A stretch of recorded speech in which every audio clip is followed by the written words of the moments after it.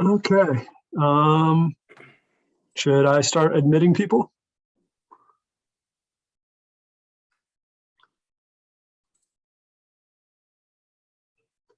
I vote yes.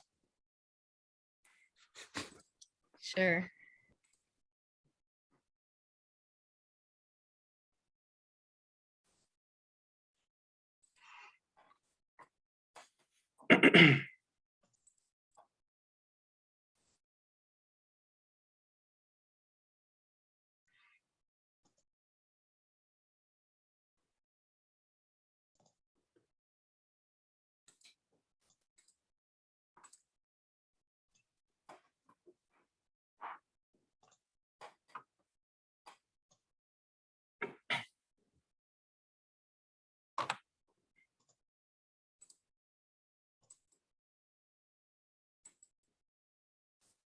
Raymond's here too.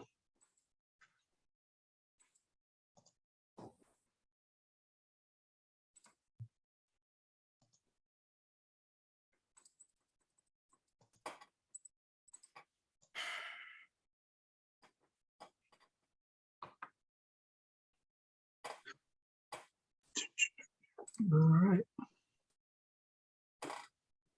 Breathe.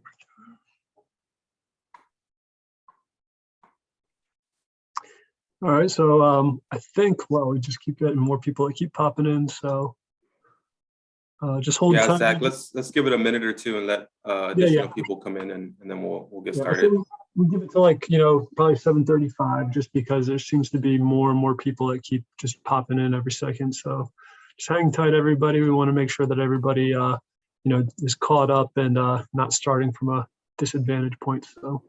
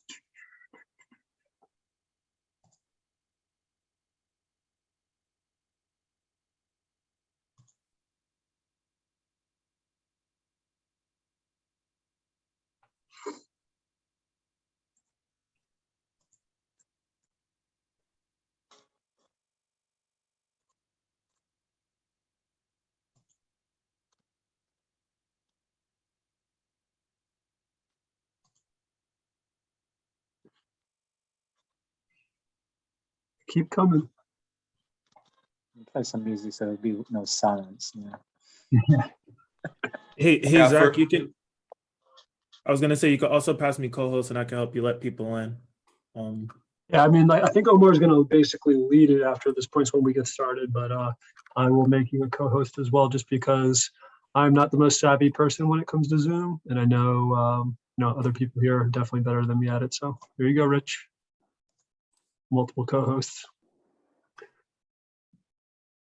Yeah, for good evening for those of you who are just joining. We're just giving it a few minutes. We have more people still joining, y'all, and we are admitting them into the Zoom, and we'll get started here in a minute or two.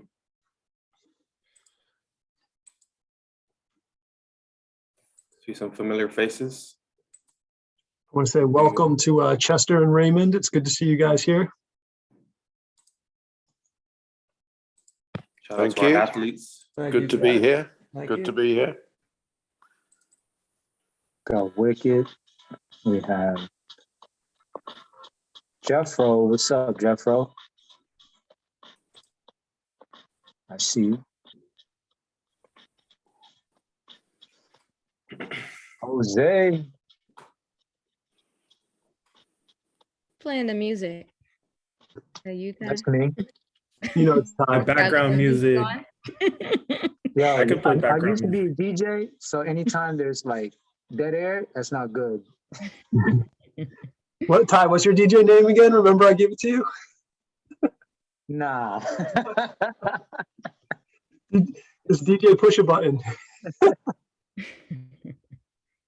Speaking of DJ, that DJ Renegade's in house. Oh, Oh, Renif- DJ, yeah, he's DJ Renegade. Yeah, he's the DJ. So Yep. DJ How, Renegade. how does a DJ judge breaking competitions worldwide is what I need to know. We're not covering that topic tonight.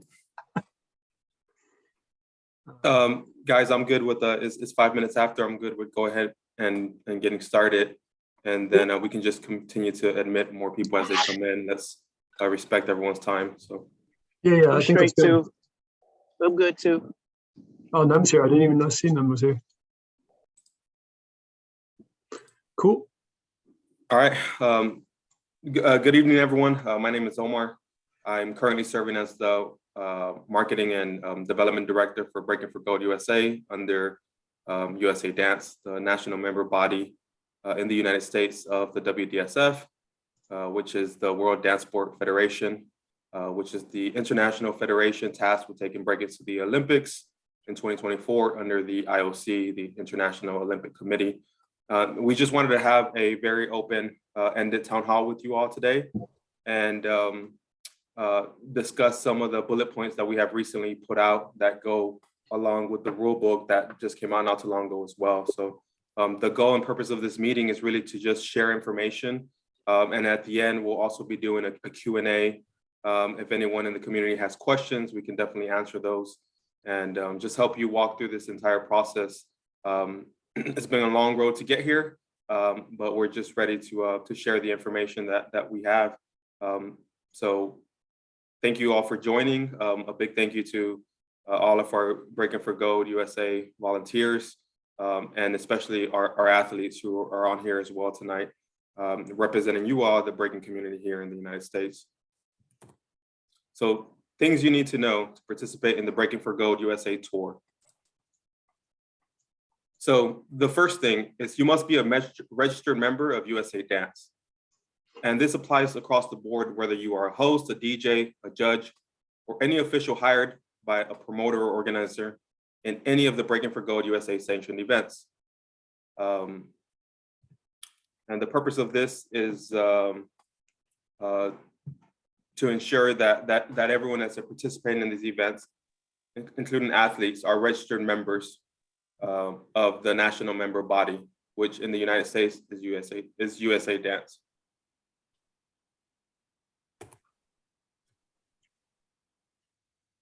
Just going over here, the membership fees for USA Dance for the breaking division for an athlete, $70 per year.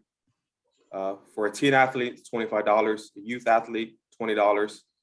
Non-adjudicator official, it's $35. And non-adjudicator official, that's anyone who is a DJ, who is a host / MC, anyone who is not a judge, right? That's the fee for them. And then an advocate and a supporter is just someone who is supporting the sport of breaking, right? This can be, your mom, your dad, your aunts, your uncles, parents that are yearly supporters. That's a $40 fee. And then an adjudicator official is $80. And that is for all of our breaking judges that also need to be certified in the threefold judging system here with USA Dance Breaking for Gold Division. So touching on requirements, only US citizens can be on the national breaking team and represent the USA at World Championship events.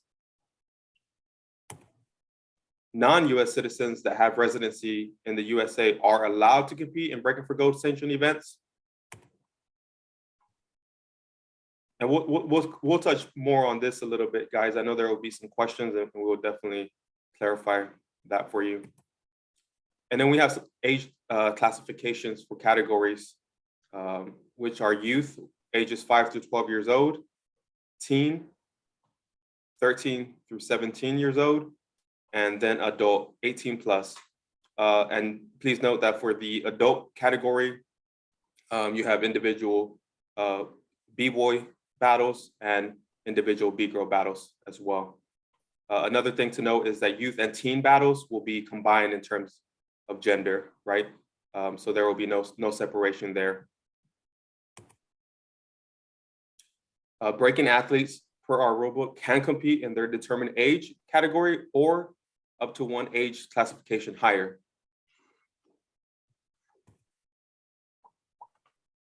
Just covering the points breakdown for each regional championship and national championship.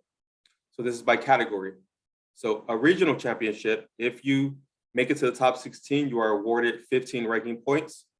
Top 8, you'll earn 20 ranking points. Semifinalists, 25 ranking points. Runner-up, 30 ranking points. And winner, you'll receive 35 ranking points. That is per regional championship. And then on the national championship side, if you make top 16, you will be awarded 20 points. Top 8, you are awarded 30. Semifinalists, 40. Runner-up, 50.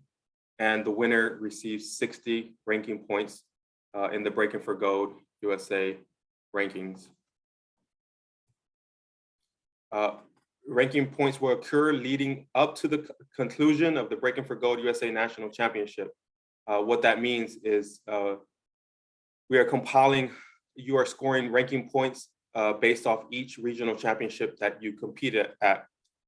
So for example, if you attend every regional championship and you make top 16 at each one, you're going to be awarded points for that. And those will occur through the end of the national championship. Breaking athletes who win at regional championships will automatically qualify for competition bracket placement in either the top 32 or top 16, pending the bracket structure at the Breaking for Gold USA National Championships. All breaking athletes who win regional championships will be seeded based on overall ranking points earned prior to the Breaking for Gold USA National Championships. We'll touch more on this. I'm sure people will have questions, but just to give a brief example, let's say we have B-boy A who wins, a regional championship and also was runner-up at 2 regional championships. And then we have B-boy B who only wins 1 regional championship. That B-boy would be ranked or seated lower than the B-boy A who was a runner-up at 2 regional championships and also the winner of one of those regional championship events. In the event of a tie in ranking points among regional championship winners, a tiebreaker will be executed based on the total number of sanctioned events a breaking athlete participated in, with the athlete possessing the greater event participation count earning the higher seed. So it's really in all of the B-boys and B-girls' favor to attend as many regional championships as you can to accrue points, but also in the event that you are in a tiebreaker, if you have competed in more regional championships, that could very well be in your favor. Breaking athletes who do not win any regional championships, but accrue ranking points through competing at sanctioned competitions are eligible to qualify for a guaranteed competition bracket placement in either the top 32 or top 16 at the Breaking for Gold USA National Championship. So up to 6 competition bracket placements will be reserved for the highest ranking point earning breaking athletes who themselves do not win any regional championships. So just to explain, basically what we're saying here is that you do not have to actually win a regional championship to have the opportunity to compete in the Breaking for Gold USA National Championship. You can also earn your spot or your seed in the bracket by attending these events, by participating and incurring ranking points. The national breaking team shall consist of up to the top 4 B-boys and B-girls in each age category group. And it'll be for the period from the end of the national championship to the start of the next national championship. So right now it'll be 2022, 2023, so on and so forth. All national breaking team members must be a United States citizen and hold a valid US passport.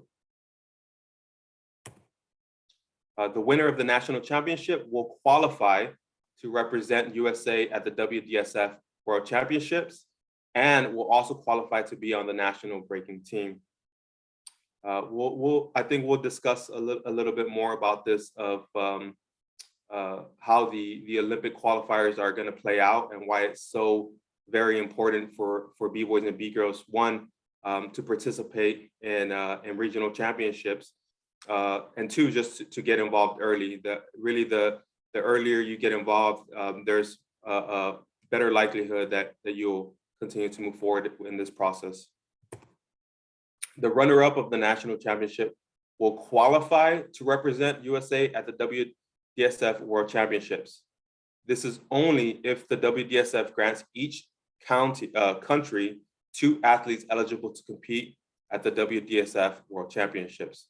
And so since USA Dance and Breaking for Gold USA is the national member body in the USA, we are still under the WDSF, and it depends on how many slots they allow us to attend WDSF World Championships. The runner-up of the national championship will also qualify to be on the national breaking team. The 2 open spots of the national breaking team USA shall be based upon ranking points total after the completion of the national championship. So this includes points earned at all the regional championships and the national championship. So all of your accruing points, all of those ranking points can also earn you a spot on the national breaking team for the USA. And last but not least, it's just a statement to all, right? This process is going to be very much earned and not given. And it's important for everyone to know that breaking athletes who place 3rd and 4th at the national championship may not be on the national breaking team if they have a lower accrued points after the completion of the national championship versus someone who may place 5th or 6th at the national championship, but in the process of the tour year accrued more total points after the completion of the national championship due to their participation at the different Breaking for Gold USA regional championships.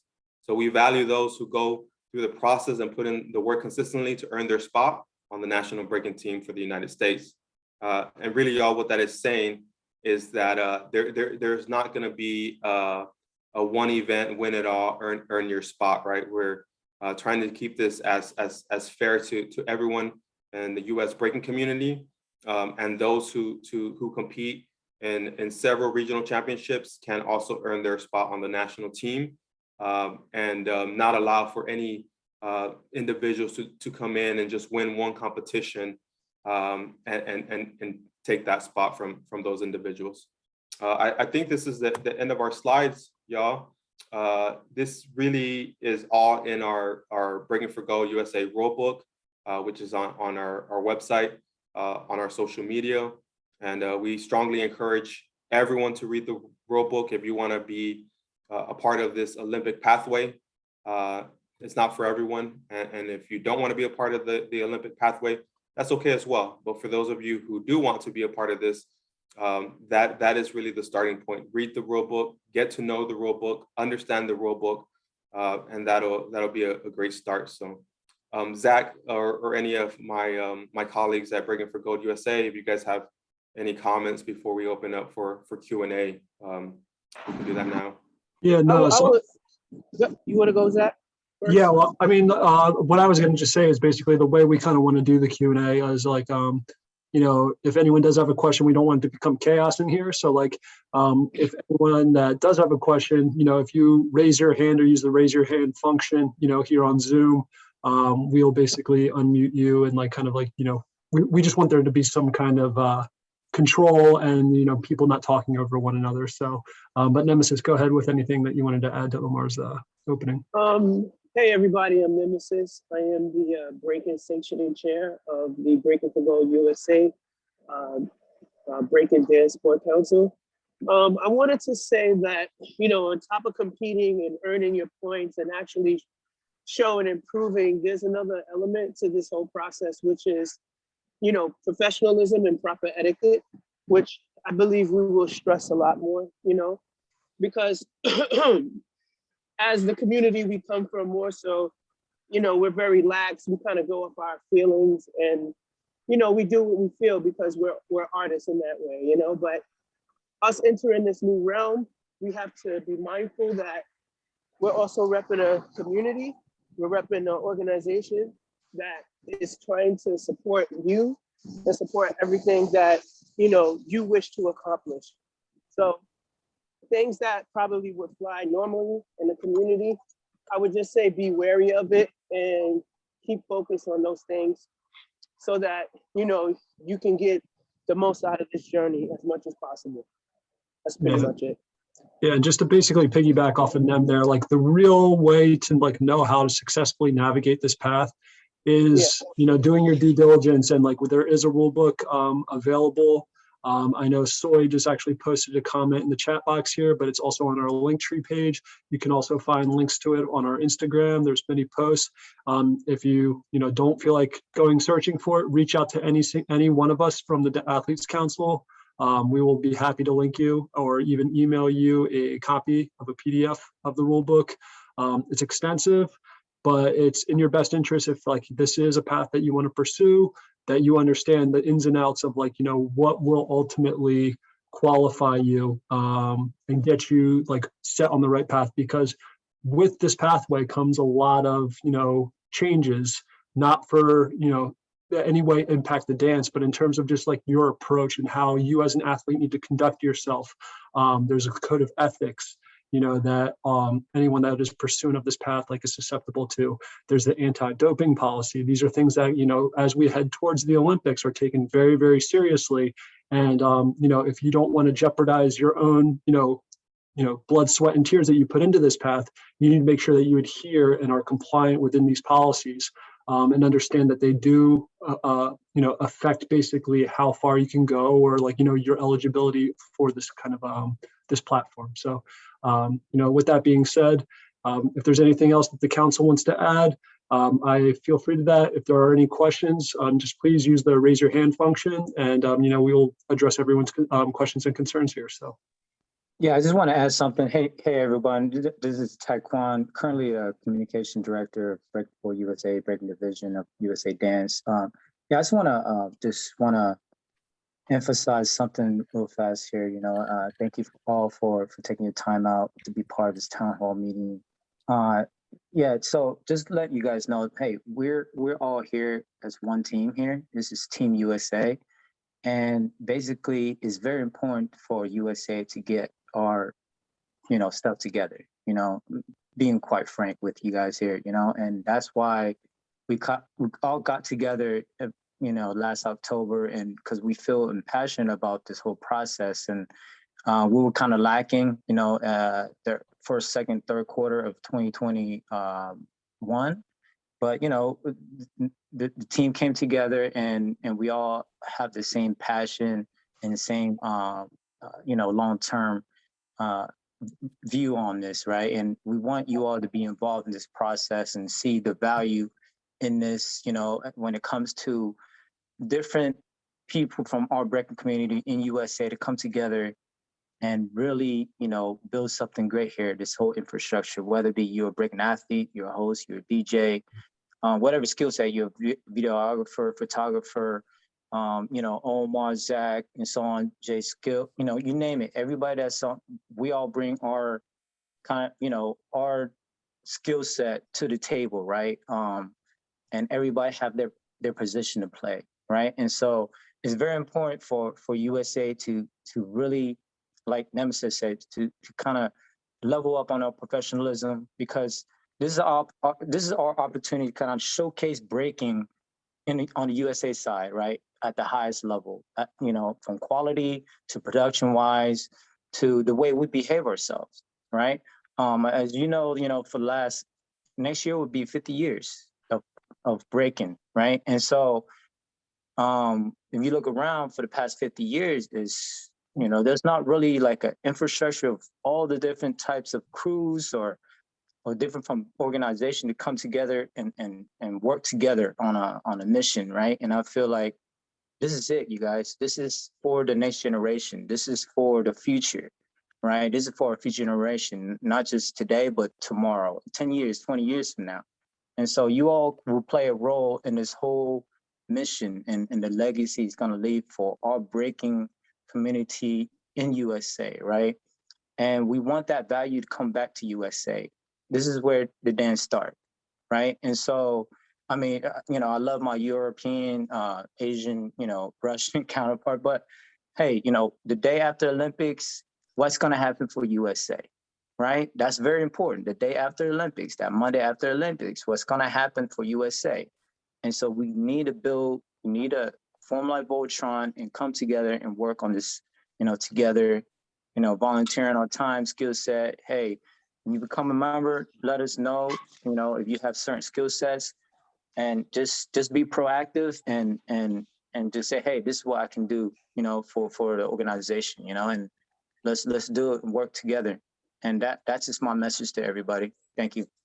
Just real quick, sorry guys, but it's not enough that, the whole breaking community knows this. This dance has to actually become popular amongst the general public. And with the general public gives us a lot of leverage.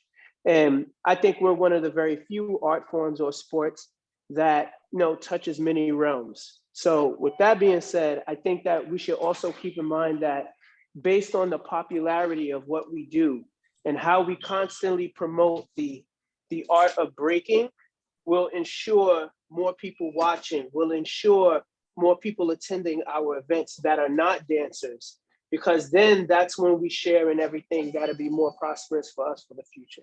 All right, Chad. All right, cool. So I do see we have a couple questions. Frankie, do you want to kick it off here? Yeah, sure. Can everybody hear me okay? Yep, what's good? How you been, man? I'm good. Good to see everybody. Thanks y'all for coming together and helping just set up this infrastructure and platform for us, first and foremost. I had two questions, one a little bit more specific, another one more general. First one has to do with just understanding the qualifying process. And I just want to make sure I understand clearly that. So if, for example, somebody qualifies for the national championship by winning a regional championship, but let's say somebody lower than that accrued more points than them, do they get on the team? Basically, I guess if you win a national championship and just one regional championship, does that guarantee you a spot on the team? Or even no matter what you do and regionals, and no matter what you do in that national championship, whoever has the highest points out of all these events together, is that what matters? So let me clarify this. So there's two ways to kind of do it, and it's you can hedge your bets. And the way we do that is obviously the national championship determines two places on the U.S. national team that we have as our world team. It's the first place and the second place. Then there's two other spots that are part of the national team as well that we have, and those are basically going to be balanced out with they're going to reward the people that are invested in participation on this platform, that will go to accrue as many points as possible across all the regionals, combined with their performance at the national championship as well. So and are you talking about separating it by gender? So for example, the first place, let's say just B-boys talking about the first place of the national championship, that spot is guaranteed. And then second spot is with the accrued points. So in the adult category, yeah, the way what's going to work in year one is the adult category is going to have the national team, and on the B-boy side, there will be 4 representatives on the national team, and then on the B-girl side, there will be also 4 representatives, and they'll work the same way: first and second place at the national championship, and then the other spots will be the highest accrued points across the board. So I got you. Thank you for that. I understand a bit better now, for sure. And my second question was just what does it involve to be on the national team outside of competing at the WDSF, I guess, international championship for whichever year? That's a really good question. This actually gets into the broader picture of how this whole global infrastructure works. And, the WDSF has not released this information yet, but like, obviously there's the WDSF World Breaking Championships, like the one that Victor just won in Paris this past December. There's other events that are associated with, like, the IOC, the Olympic kind of platform, by affiliation. One that's coming up is the World Games. It qualifies athletes to participate in those. There's another platform is called the World Urban Games. There's Pan American Games. Like, there's all these other things that are associated with that, like, kind of are under the patronage of the IOC that breaking could very well have access to. And, through our platform, being an NMB of the WDSF, we would qualify the athletes for those platforms. As it relates to the Olympics, we are working towards what's called NGB status, and we are actively, kind of operating with the USOPC to obtain that status within the next, probably hopefully 6 months to a year. We're getting that all under control. But basically, once that's done, we'll be able to also qualify athletes, directly for the Olympics. And how that works is that the WDSF is going to have what's called their Olympic trials. Those are going to begin actually July 1st of this year is the time slot of when that happens. The Olympic trials for Breaking for Paris 2024 begins July 1st of 2022.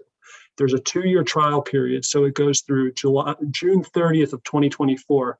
And in that time frame, the WDSF themselves are going to hold, between 10 and 12 events, around the world that are going to go through this same process that we're doing here in the United States. They're going to have a ranking point system, and performance at those events is what's going to basically, get American athletes to the Olympics. But here's the caveat: to even have access to those events, they're not open events. You have to be in the top 3 seeded positions. So it's the national champion, the runner-up, and the highest accrual points from the national member body here in the United States. And then the 4th person on the national team is like the kind of like in-place person in case someone gets injured or something like that, that would also have access. Because those competitions, the Olympic trial competitions, are going to be closed. And the only way to qualify and get access to them is to be in the top 3 positions within the national system that we have here in place in America. So that's how it kind of works out. Well, thank you. Also just to piggyback off of Zach, WDSF will be choosing between the top 4 and 5 calculated points. So let's say you went to 7 of those events. They're going to take your top scores from the top 4 or 5 of those international events, and then that's how they're going to make a decision, basically based on if you're going to, represent and move forward from that point on. Yeah, so just to make it a little bit more clear, out of those 10 to 12 events that the WDSF will have, you could go to all 12 of them, but that doesn't matter that you went to all 12 of those. They're going to take your top 4 performances out of those, say you went to all 12, and those would be your point totals that qualify for the Olympics. So, it's the more you go, you hedge your bets better. You have a bit of a competitive edge. You can basically use your top 4 performances. But that's kind of how it's all going to work. So, thank you. Yep. Ricardo, what's up, my man? What's your question? Good evening, gentlemen. Good evening. Can you hear me? Yep. Okay. Question: in terms of becoming an educator, has a Congress been scheduled? I also have a follow-up question to that. Sure. So actually, there was a Congress last week. It was the 2nd phase of Congresses that they've had. So I think they've, done now, each phase has 2 dates that are scheduled in it. So there's flexibility to attend. This is at the WDSF level. On our own side here in the United States, we're actually going to work towards having our own isolated, certification process that's going to, be for the threefold system specifically. So, but I don't know if Kev, I know I saw Renegade was here. Maybe he can. He's in here. Yeah, Kev, do you maybe want to come off mute and chime in about what the plans are through the next year in terms of like Congress schedules or anything like that for the WDSF? So we're gonna probably try to do another one at the end of April. That'll be another threefold, and then just after that, another trivium, and then another threefold trivium, threefold trivium. Okay, so probably, there will probably be, I know they're going to finish up the cycle of the second phase one, and I would say that at least there will be another, cycle probably within 2022, maybe a fourth one indeed. So Very likely. cool. Okay, all right, well, disregard the second question then. I think you answered it. Thank you. Cool. Yeah, and if you have like any follow-up too, like, like about maybe just pursuing the certification here that we're going to do isolated to the US, like just hit me up personally. I mean, I know you pretty well. We've known each other for years. So just hit me up direct, man. I can like help clarify anything else that you need. So Copy. Yep. LG Stylo, what's up, my man? Oh wait, no, wait, hold on. I see we got Pepsi. We got the Pepsi right there. I see your hands is up. What you got for us, Pep? I wanted to go back to the top 4 performance points taken into accountability out of all the events that you go to. In the Sure. case of a tiebreaker, do they accumulate all the points of the 2 breakers that are tied and then take the highest scoring points from all of the events that they both went to?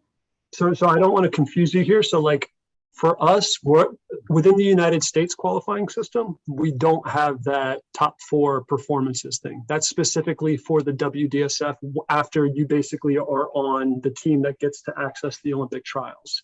Okay. Yeah. So like from our side, the more events, there is no cap in terms of like your accrual capacity, across the events. So like the more events that you participate and place in, the higher, probability you have of placing, as one of the higher point earners and such. So how you been, Pat, by the way? It's good to see you. Awesome. Zach, I'm just gonna hop on and add to that. I know it sounds really complicated, especially when y'all were going on about what the WDSF is doing kind of on their own for the IOC in the actual Olympic trials. But as far as the rule book and stuff like that and the slides that we just went through, yeah, winner, runner-up in nationals. Those are the first 2 slots, and then after that, we're looking at points. So, and that's points from regionals through nationals. So if you did well in regionals, you probably made it to nationals too. So you still getting points all the way throughout the season or throughout the year. So then the next 2 would be the ranking. And then I think Pepsi was probably talking about a different kind of tie thing. But for over here, according to us, if you both have 60 points at the end of the season, we have the 2 spots, and then now the next one up is 60 points. We got to figure out what's going on. It's the one that goes to the most events that it get the next slot, and then if we need a 4th person, you're obviously the 4th slot. So, and that's how that works. Yeah. So, and also, it's just like, the kind of like tiebreaker metric is like looking at participation is really like, what we're focused on. So, and I mean, like here's the scenario too, like even if like, say you enter your first regional as a competitor, you win the regional and you automatically qualify for the bracket at national championships. It's still in your best interest to go to other regionals and participate to like get more points and accrue as many points possible, because say you go to the national championship and you don't have your best day and you only make it to like the quarterfinals or something like that, like you want to be able to hedge your bet with having the backup points of like broader participation, so that like maybe you do come in like the 3rd or 4th place for the national team. So okay, Mr. Malave. Did I pronounce that right? That's it. Yeah, that's it. All right, cool. What's up? I had access before. I was a little bit confused with Kid Break's age, being that he's going to be 13 in May. I just wanted to know, will he be able to? Can he do either or will it just be the team? So yeah, it's because he falls within the qualifying year for his birthday. He will be able to either pick if he wants to participate. So wait, hold on, let me see here. So let me understand your question better. So are you asking if he will be able to compete in 13 or the adult category, or are you asking if he would be able to compete in the youth or the teen category? The youth and teen. Yeah, okay, so yeah, it's up to his choice of what he would want to do. Yeah, like he has the flexibility to participate in the teen category if he'd want to, or he could participate within the youth category if he'd want to. Renegade just comment on the bottom. I just saw, so May 1st, he'll be 13. Yep, yeah, that's fine. It's as long as his birthday falls within the same calendar year. Okay, and I just had one other question. I'm sorry. There's a fee also we have to pay, correct? Correct. There is a membership fee for anyone that's like participating in this. And just for like total transparency purposes, it's not like, you know, any of us are profiting like using membership fees. Like what those membership fees go towards, like basically the administrative end. Like I want to be very clear that, you know, myself, everyone on the athletes council, you know, everyone kind of like as like that serves as a chair here, we're all doing this as volunteer work, pro bono. Those membership fees goes towards like contributing towards the events, the platforms, and like basically the administrative costs that come in. Like, you know, this isn't a cheap thing to organize, you know, so it's, I just want to make sure that everybody out there understands that there's no personal benefit to us. This is very much a charity and a community endeavor that we're putting together. And, you know, we just hope the community recognizes and understands that as well, so. Okay, and last but not least, I have to pay a fee and my wife has to pay a fee, or no? No, you don't have to pay the fee. I mean, if you would want to, you know, support, we're more than happy, you know, like we would appreciate that like 100%. But at the same time, unless you guys are entering the adult categories or, you know, like you don't have to pay a fee. No, it would just be for the athlete participants. So.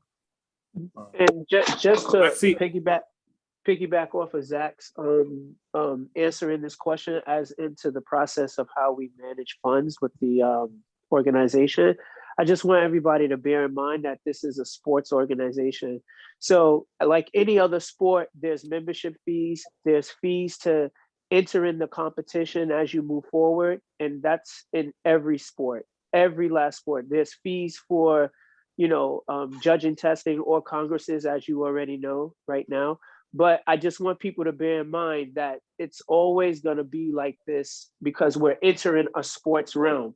It's no different from you entering a soccer league. It's no difference from you entering gymnastics. It's no difference from you entering a basketball league that's, you know, that's for a picking for a college or anywhere on the NBA level where they have their choosing grounds. There's always this. You will have to pay for events, things of that nature. So I just want people to understand and know that because the process of putting this together is not a free, it's not a free thing. So I just want people to understand that. Okay, that. Going back to Kid Break too, once you sign up and you say you decide to be a youth athlete, you're locked into that for the year, even if you turn 13. So I see someone in the comments put, can he dip into both categories, dip into the teen category? Nah, you're locked into youth competitions. Okay, thank you.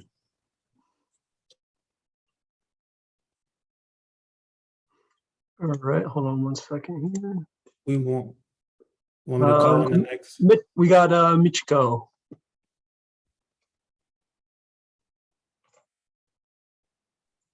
Hey, you guys hear me?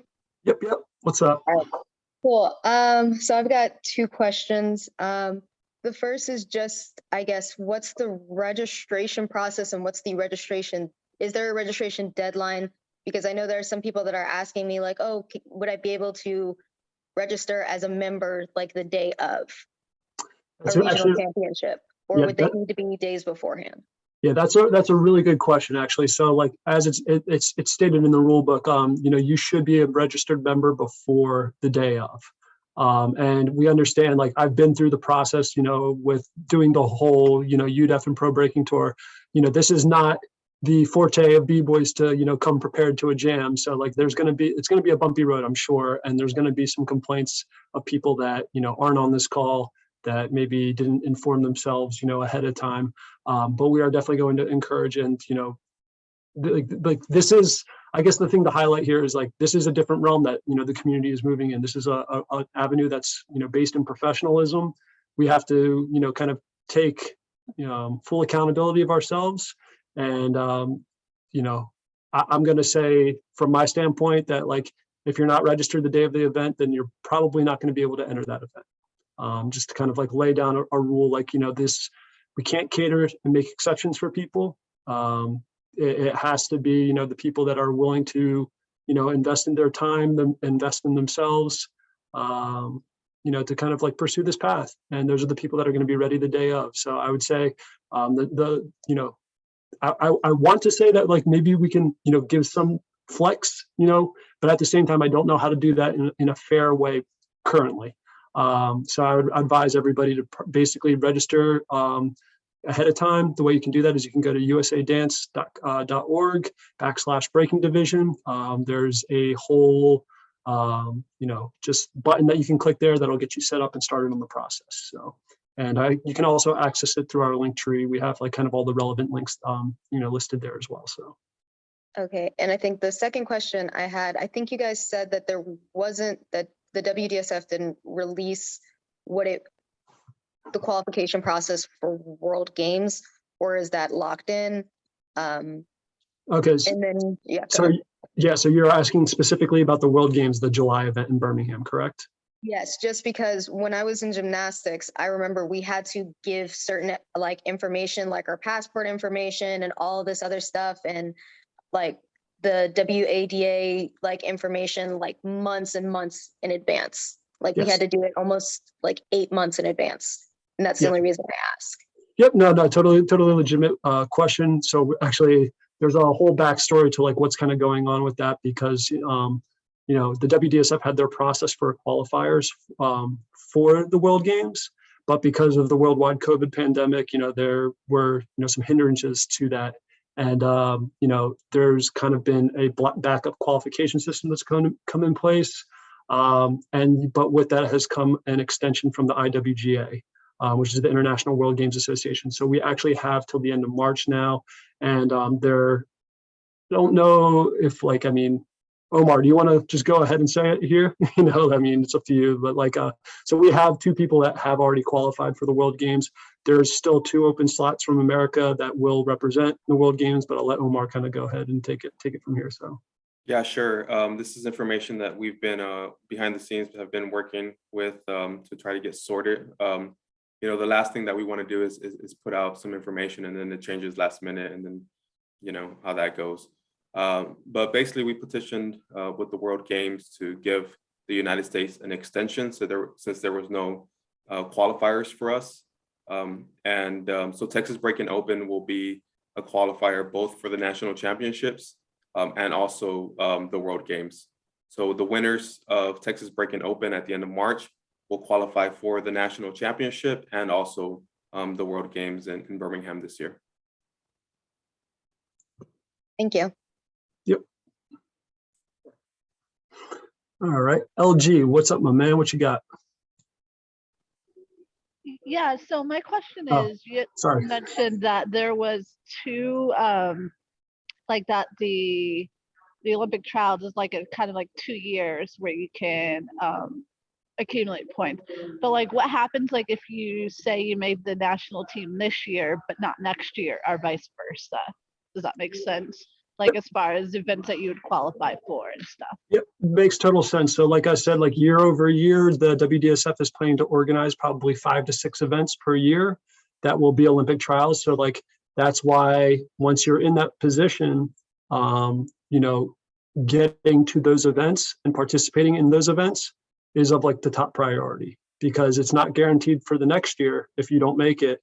Granted, if you make the national team 2 years in a row, that affords you more opportunities to go and like get your top 4 best performances under your belt. But the whole goal here is to maximize while that opportunity is present. So does that make it a bit more clear, or? No, that's perfect. Thank you. Yep, no problem. All right, cool. I see Eli. I see your hands up. What's up? Hi, thank you so much for putting this together tonight. I love the idea of rewarding participation and people going to multiple events and things.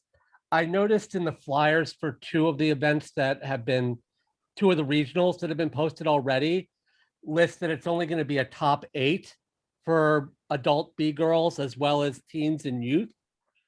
So I was wondering about sort of how the, let's say 40 B-girls come to an event, is it still a top 8 or will there be top 16? I mean, I think I think it's top 8 for youth and teen. I don't believe it's top 8. Yeah, it is. It's so I can take that question, yeah.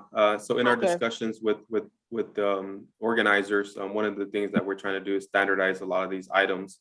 So the decision was made for this tour year that youth, teen, and B-girl battles will all have a top 8 bracket, with B-boys having a top 16 bracket.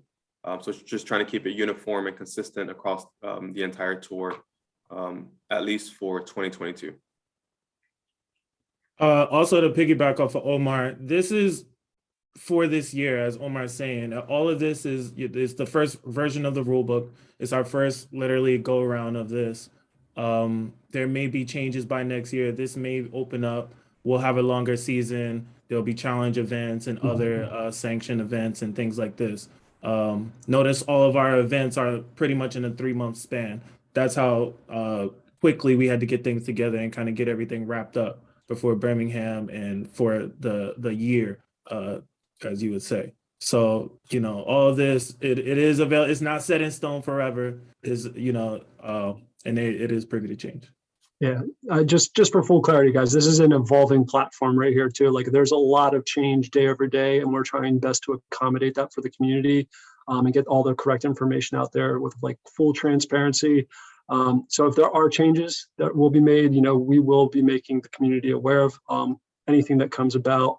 But like I said, this is very much a dynamic, kind of ever-changing machine that is, leading up to 2024. Not just from our end, but like just from the federation level. Like there's a lot of moving parts here, and unfortunately, given the history of the lead up to this point, the USA has been behind in terms of like its organizational power, and we're really kind of like playing catch up. We've done a really good job so far, but with that comes exposure points, for where we need to just like be fully transparent with the community and make sure that you guys understand that like we're trying our very best to at least help America have representation on these platforms.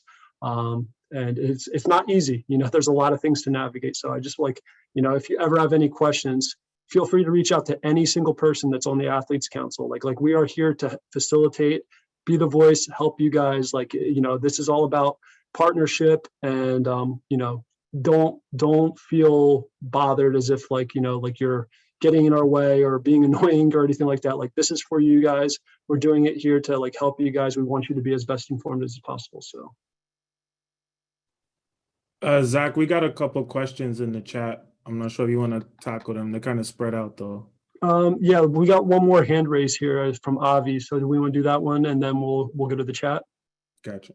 Sure. Hi, I registered like a few months ago and I got a teen membership on USA Dance, and I'm wondering if I can compete as an adult, or do I need to like change my membership? Yeah, so I guess the best thing to do is like reach out to us online, and like if you'd want to compete in the adult category, you would have to pay the adult membership. Yeah, that's how it would work. So but like it's not like you'd have to pay a full adult membership now. You just have to pay the difference. So okay, how would I switch to that? I need to like reach out to you and switch to it? Yeah, so like I'm not the administrator for the membership, but I can connect you. So if you just want to, I can put my email address in the chat, and if you want to just send me an email, I can get you in contact with the administrator, and they can get everything situated. All right. Thank you. Yep. Let me do that right now. My email is so long for this organization that I even forget it all the time, so I have to like go and check. It's pretty terrible. Let me see here. And Rich, if you want to go with the other ones, you can do that. Yeah, I'm trying to scroll up now. And it's not terrible, it's great. We're doing great thing. Let's see here. Words of power. Dance sport. I always the thing, dance sport, okay, that's what it is. I always confuse the two. Dance, sport, breaking.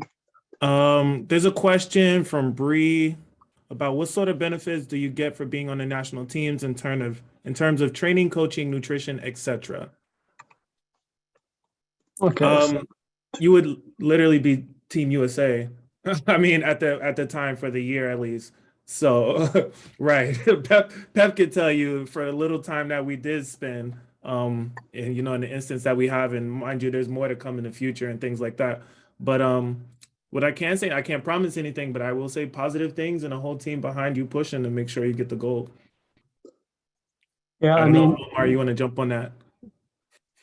So actually, before anyone else jumps on that, I think Chester is still here. So there are certain benefits that come with, like, as we move along, this platform.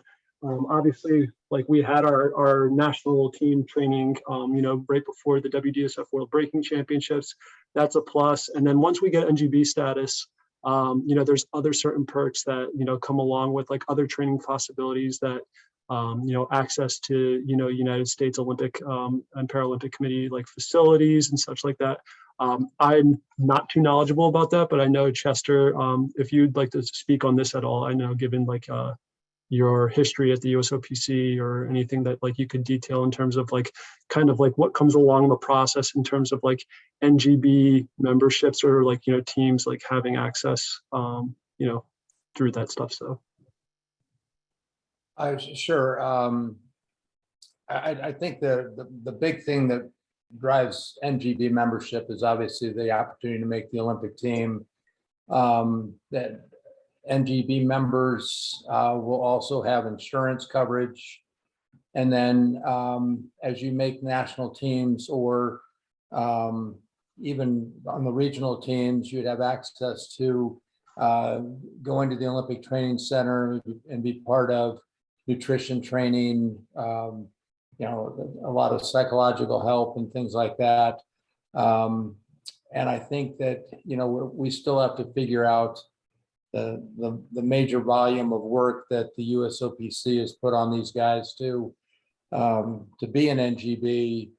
We need to figure out what do we get for all the work that we're going to be doing, and put that on the table and really negotiate that, so that we can build a value and have longevity, making sure that we're around in 2028 and 2032 as well. Cool. Thanks, Chester. Hey, Zach, Steve has his hand raised still. We can jump back to him real quick. Well, his background was so light, I couldn't see the hand. Sorry, Steve. Good. So my only question is, at what level will there be a separation between judging? Like, at what level do you need to be threefold, and at what level does trivium begin?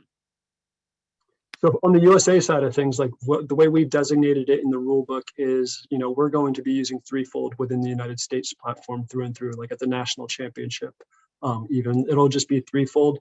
The trivium certification will be, as I know Kev can probably elaborate more, that's going to be applicable to, like, more of the WDSF, like, international scale events. Like, obviously, I would think, Kev, do you know if, the World Global Series, which are like the Olympic trials, if they're going to be using threefold or trivium at those? Or I would assume those are going to be trivium, but. Anything will be trivium that's like World Championship level. Okay. Yeah. So, the certification that we plan on doing in the United States is specifically going to be for threefold. So. And just to like kind of to plug the rule book again, if you guys aren't familiar with these systems or whatever, there's a bit of a detail in the, I think, Appendix 8 of the rule book. So go read your rule book and check it out. Also, if you have any other questions, you can reach out to myself, Steve, Cujo, Rich, Omar, Nemesis. There's a bunch of people on this call that have already gone through some level of certification, and we can basically kind of give you additional scope to, like, how that system works, and the real benefit of understanding and knowing that system, because there are very much so competitive edges that can be kind of like inferenced from it. And we saw the result of this, with, like, especially like through Morris in his performance at the WDSF World Championships. His knowledge about how the system worked was really helped him in terms of his placement and how well he did there. So it's definitely, if this is an avenue that you're looking to pursue, it definitely, I would go as far as to say, like, sign up, take a Congress, and learn that system as best as you can as an athlete too. And your coaches, if any of you have coaches, to get them to know and understand that system as well. So Section 9 of the rule book. Section 9. Thank you. Cool. Are there any other hands raised before we go to the chat box to answer like all the additional questions that came in through there?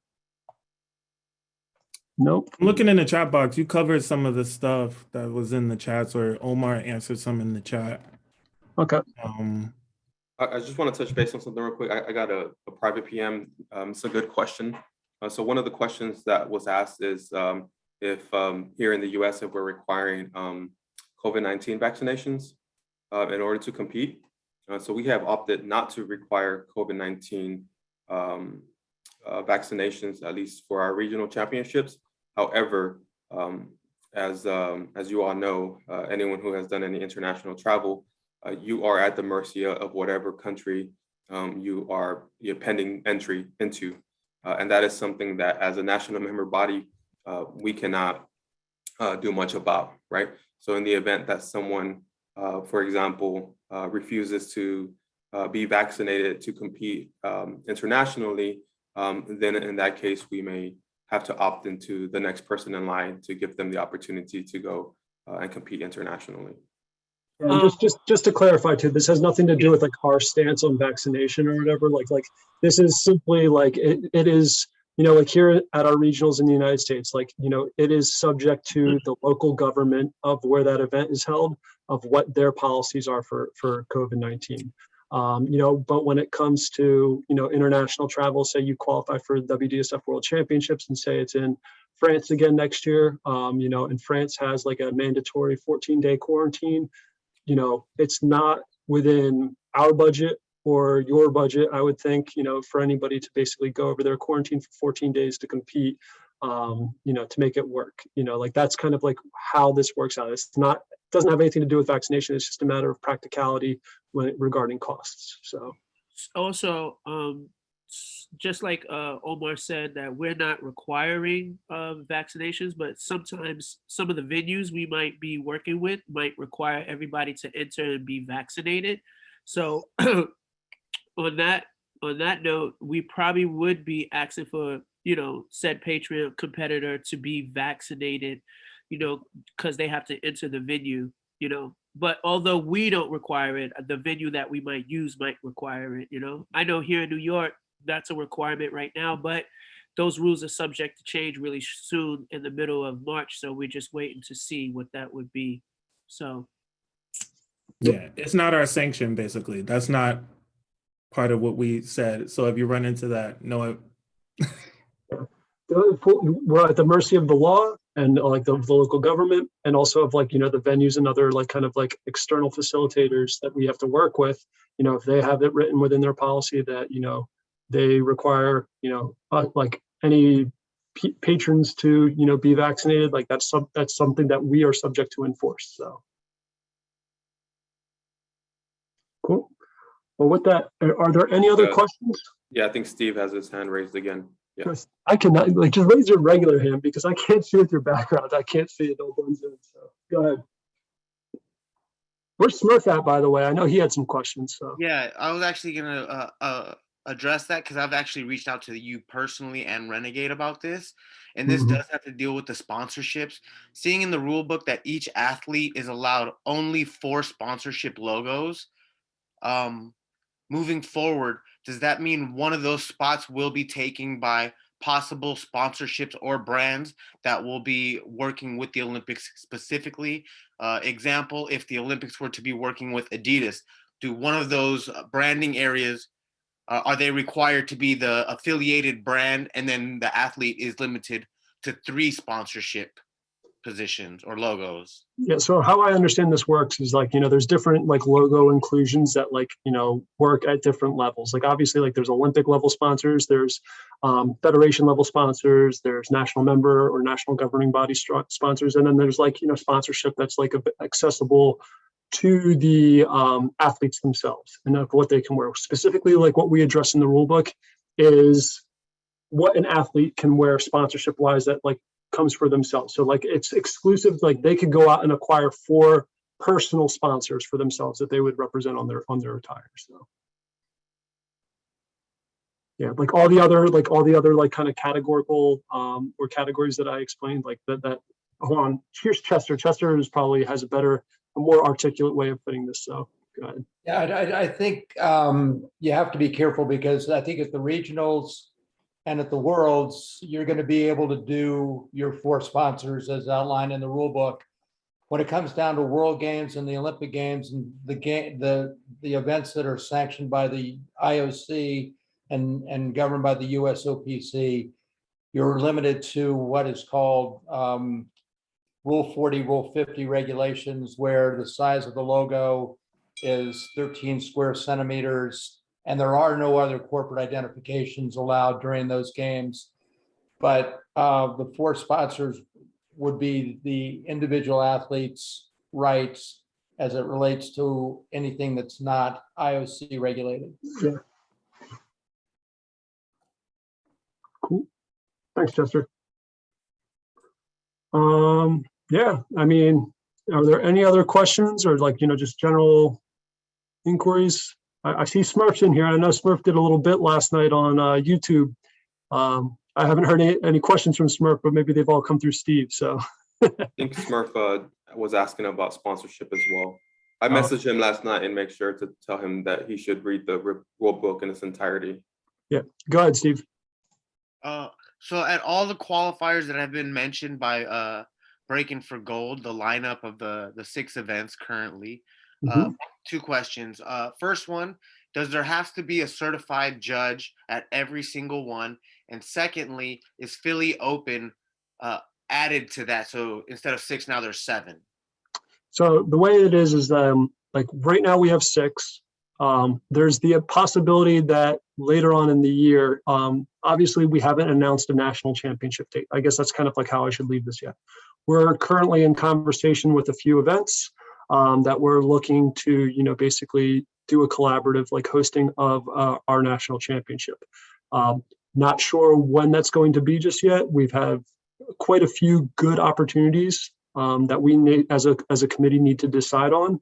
And we're basically prospecting and getting all the information at this time to make the best decision that we feel, will work best, not, from all different, sides of this. Like, we just want to make sure that our first national championship, because that's kind of like the first real look that I would say of these external parties that we're all discussing here, kind of looking in on what's going on. And so like, we want to make sure that that's done in the best way possible. But there could be additional events depending on when that national championship falls, whether it's in June, whether it's in August, whether it's in September, whether it's October. Like this is the kind of the timeframes of like event dates that we're looking at. If it is one of those later dates like September, August, September, or October, there could be additional events brought into the schedule for 2022. They would not be regional qualifier events, but they could be like, if you read the rule book, there's other stages of, events that are possible. There's like open championship events and there's challenge events. So there could be additional point earning opportunities for the athletes. If we do the national championship at, this other event that is going on in June, that would close off, the 2022, annual schedule. But then later on in the year after June, you could see some events happening in the year 2022, but they would be events that would contribute towards the 2023 tour. So that's kind of how it's going to work. As far as the Philly Open is a pro breaking tour event. It's not currently a part of our platform. However, I will say Alan's the man. A-Fatty, they're great people over there, and they've been supporters of us so far. And we really appreciate everything that they've done for us. And, we'd be happy to collaborate with them in the future. So more details to come in that regard. Smurf has his hand raised as well. Oh, there we go. What's up, Smurf? What's up, guys? Yeah, I really appreciate you guys for putting all the work in. I have a question for the athletes during competition. Would they suffer any consequences for throwing out burns or doing disrespectful gestures in a battle? Okay, so on the American side, within our thing here, I would say no. But, this is something where if Kev is still here, I'd probably want him to comment because he probably has vetted this topic the most in terms of what it means when you move towards more of the international, kind of stages where, there's like an Olympic broadcast or like you're in front of the IOC or the federation. Like there are certain considerations there. So in terms of like sportsmanship and ethics, Kev, do you want to kind of elaborate on like how you see this as, probably one of the, foremost judges in the breaking community, as well as the person that has put the judging side of this together? So it's a tricky one. Because there's no actual rule as such what misbehavior means. I think it's just up to your better judgment. Yeah, your better judgment of what's going too far, jumping up and sticking your butt in someone's face or whatever. It's a bit vague at the moment. I think we all kind of know what's not in good taste, especially when it comes to international sporting events and what that means. I just think it's up to your discretion, and if you mess up, then you're out, I guess. Yeah, guys, I'm gonna chime in here. I just dropped the IOC Code of Ethics, right? So the International Olympic Committee Code of Ethics. I would strongly encourage any athlete to conduct themselves within the parameters and code of ethics of the IOC, being that you can be an Olympic athlete at some time, right? And conducting yourself outside of those code of ethics, either previously or during one of the competitions, can come back and probably bite you for any misconduct or anything to that extent. So be mindful. I mean, we see the media, we see how things are happening in real time now these days. So I would say conduct yourself within the code of ethics of the IOC. Sorry, just to add, Go ahead. I would say my advice is if you wouldn't do it on television, if kids are watching, then probably don't do it. Yeah. To piggyback off the rest of those guys, more than likely so, if you're making it to that level or international level, you probably might have a brand that you represent, And so if you represent that brand, I'm pretty sure there'll be, some sort of clause in there that would, prohibit you from doing things that people might consider obscene. So, just something to think about as well for future.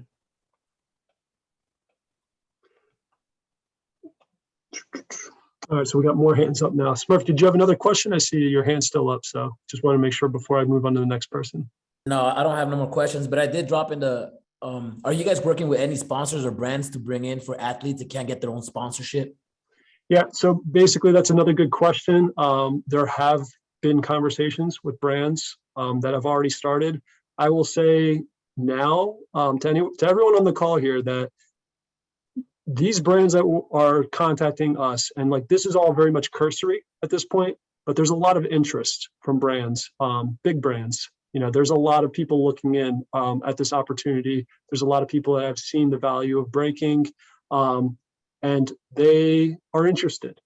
So it's in our best interest that all of us here that would represent the community on these stages to put our best foot forward for, helping maybe facilitate more brand partnerships and getting involved in just within the community. Like we've had historically pretty much just Red Bull, and Monster's kind of come on within the past 5, 6, 7, 8 years, but maybe not in the same capacity. But like if we really want to make this work, kind of getting those brands interested, finding ways of conducting ourselves as professionals and finding like value add opportunities for them.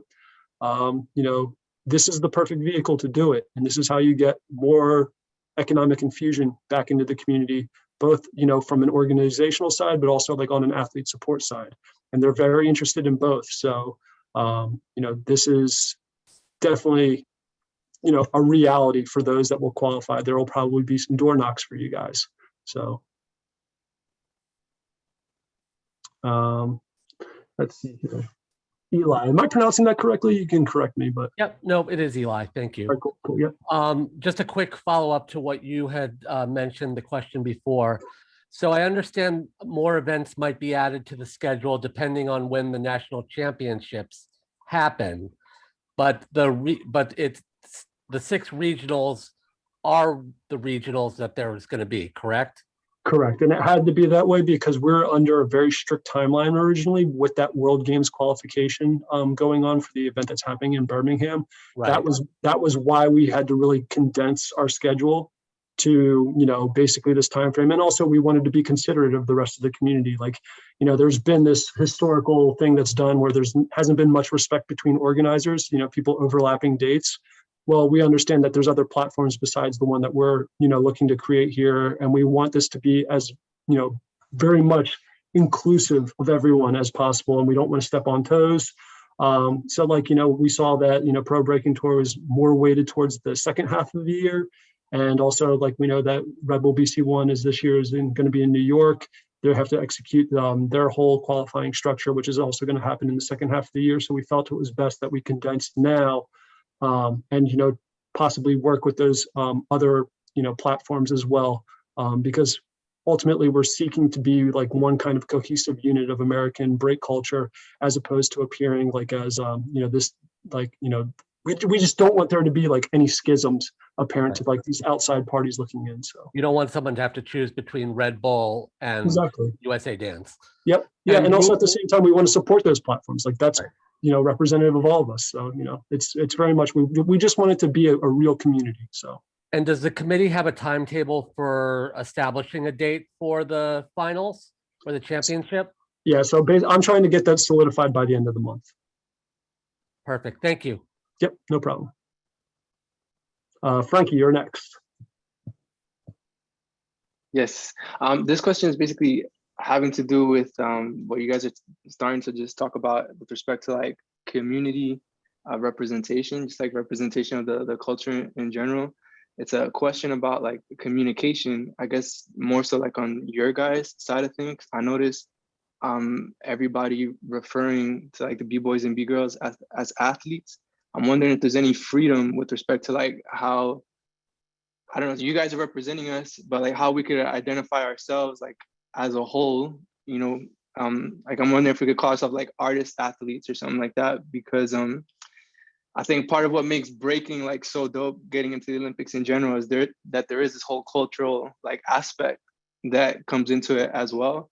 And if one of the main goals is to like get like people outside of breaking like interested in it, I feel like we should use that to like our advantage. So I don't know, maybe it'd be cool to get your thoughts on this, but just like identifying ourselves only as athletes kind of like dismisses like a whole like other cultural thing that has to do with like what we do. On that, Frankie. I mean, I'll take that honestly. So I just want to finish my question though. Yeah, I guess like in a nutshell, do we have any freedom with how we're identifying ourselves? You know, like my suggestion would be like if we could call ourselves like artist athletes, because this whole other component involved in what we do.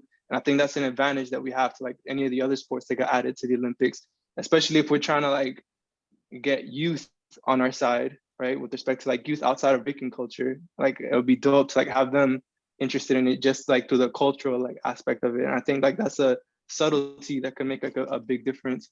And the second thing has to do with like the flyers that have gone out so far with respect to like all the regional championships.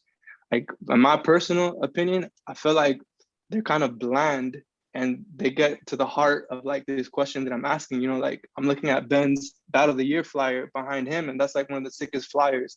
I'm wondering like if we could just going forward, if we could like keep in mind to just like use that to our advantage. Like just because we're in the Olympics, like our flyers don't have to look like you know, like super like bland or anything, you know, like maybe we could get like dope flyers and still have like Olympic information on there, because I feel like if we moving forward, if we try to like conform a little bit like too much, we might be doing ourselves like a disservice, you know, like we really want to like expand the interest like outside of like just B-boys and B-girls, but we should use like what we already have, you know, like that's a huge advantage that we have. You know, I just want to make sure that we're all conscious of that and we're like not forgetting that necessarily. You know, Can I touch on this real quick, Omar? If that makes sense.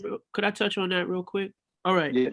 I want, and I don't totally disagree with what Frankie's saying in that regard, because you know what we do is very unique and very different from a lot of other art forms or said and/or sports, right? But I think we have to put some things in perspective so that everybody can fully understand what's happening right now. And with that, they're not entering our realm necessarily. We're entering their realm. You know what I mean? So if we're speaking a language that has to be understood, and when I say that, I mean on our part, because this whole initiative is not necessarily a cultural initiative. It's a sport initiative. Straight up.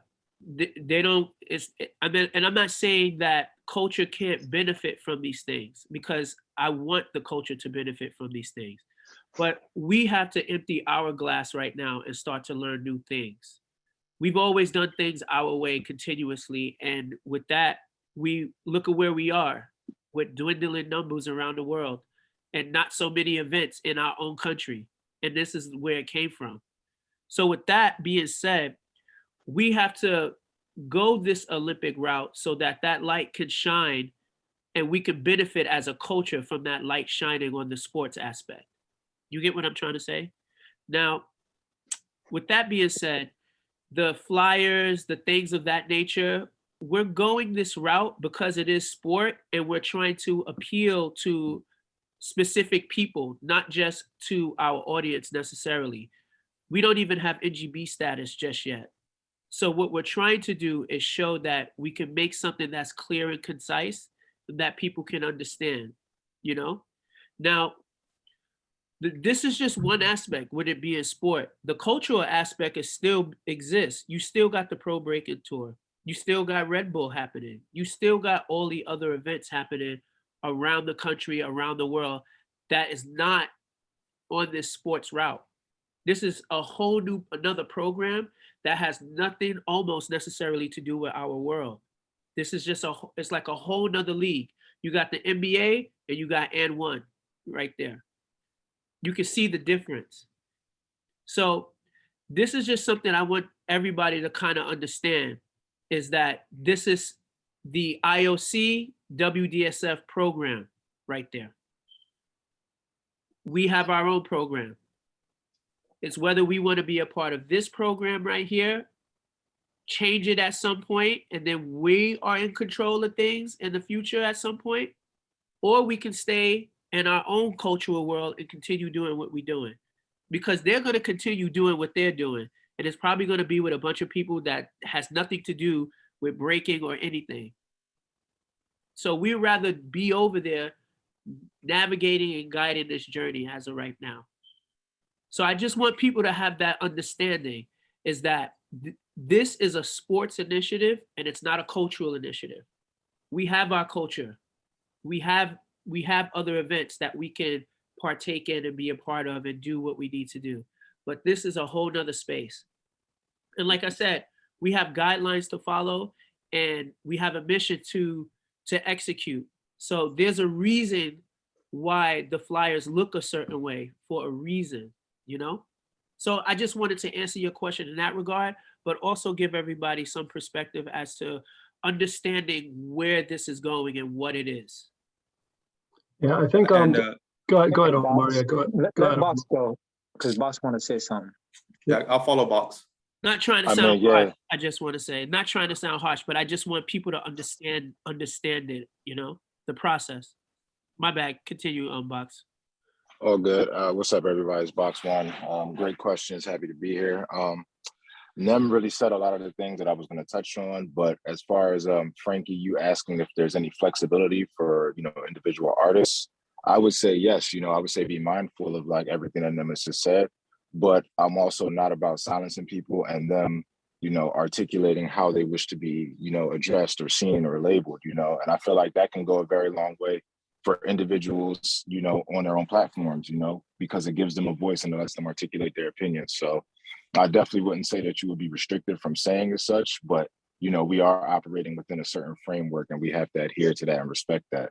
But, you as an individual or anyone else is free to call themselves whatever they want and to promote that. If you were to make the national team and you were doing press, you're allowed to articulate your why you want to be referred to as this, and then give people the further understanding and the cultural side and aspect of things, you know, because that does serve us, you know, full circle. And Sure. And the only reason why I bring it up too is because, like, to my understanding, like, these new sports got added to the Olympics because they're trying to cater more towards like youth culture, like globally. And I just feel like, and I'm not trying to say like this Olympic initiative has to do something to only benefit culture. For the record, I'm 100% behind breaking getting more professional and to a point where ultimately I think like we could just live off of just competing. Like, that's the dream right there. My whole reasoning and like bringing it up is just to say, like, with that bigger goal, from what I understand, the Olympics adding these sports to be, like, we have a huge advantage in that we have all this, like, the term escapes me right now, but we have all this like other like cultural influence, like, that we can also like use with respect to like serve that mission.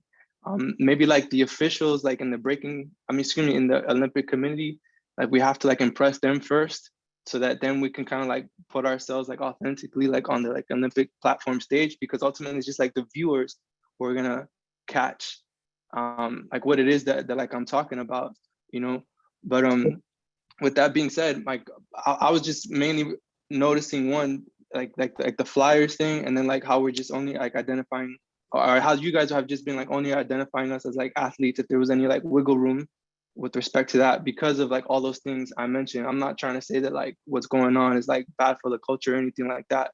That's totally not my opinion. I'm just saying, like, to serve this mission of like getting breaking outside of breaking, like that's some shit like about us that's like super cool for like other people to see, that like, what is it, like rock climbing or something like that got added. Yes, so the new you know, like sports they are don't have surfing, like they don't. surfing, skateboarding, rock climbing. Yeah, they're Yeah, the I new. think They're of I course. think skating is probably like the closest thing that comes to that, you know. And like skate culture is alive and strong, and you know, I think they did Japan or whatever, and they've been on huge platforms before, you know what I'm saying. So I mean, I'm of the opinion that our culture is only going to get stronger by being on this Olympic platform. And I just not sure if a conversation has been had, or we're conscious of all that stuff that we have to offer, you know, because I'm just noticing like how things are going so far, and that to me, I just want to like bring that up, if that makes sense, makes more sense. No, Yeah, I totally understand. But Omar, I want Omar to talk, but like I kind of want to go into like more of like how we need to look at this as like as a bigger picture from like the community. But Omar, go ahead, and I'll just like kind of wrap it up on that point. So. Yeah, no, Frankie, I think that's something that we are very much all aware of the cultural aspect, the history of breaking, keeping the integrity of the dance and what it has been historically, right? However, for what we are trying to do is we are trying to take breaking as an art form and create a platform for B-boys and B-girls, you know, in the Olympics, right? Regardless of the history of breaking that is nearly 50 years now, that itself, the artistic value, the cultural value, it does not guarantee breaking to be in the Olympics in 2028. And so in order for us to gain more visibility and to really brand ourselves as a sport, as an Olympic sport, which is what we will be in the Olympics, we have to work towards that. So as the breaking marketing and development director for Breaking for Gold USA, one of the things that I have been working on with my team and my committee is for us to establish branding guidelines that are very much aligned with the national governing bodies under the US OPC as an official sport, right? The other thing is creating that brand value, right? Creating brand value as an Olympic sport, where then Breaking for Gold USA can go and recruit these sponsorship acquisitions that are going to help us bring more funds, not only into Breaking for Gold USA, but eventually that trickles out into the culture and the community as well, right? It wouldn't work the other way around, right? And we know this. We know this because in the 50 years, we are at where we are at today, right? Where it's kind of been a cap. So regarding the Flyers, one of the things that the organizers asked Breaking for Gold USA was if we could provide resources to them. And so what we did is we created a template for all of our organizers to make it easier on them, right? So we're very much so trying to help provide resources to the organizers that make it easier for them. And yes, I saw someone make a comment that it's not your typical breaking, you know, B-boy or B-girl event flyer, but we are trying to create a consistent brand for Breaking for Gold USA. And like Box said, first we have to establish the platform and the longevity of it, meaning past 2024 into 2028, so on and so forth. And then the breaking athletes, artists, b-boys, b-girls, breakdancers, whatever people want to refer to themselves as, then they have the opportunity to express themselves at that platform. But it's very realistically that breaking could not go beyond 2024. And then that platform doesn't even exist. So we have a mission here to go take us to 2024 and beyond to 2028.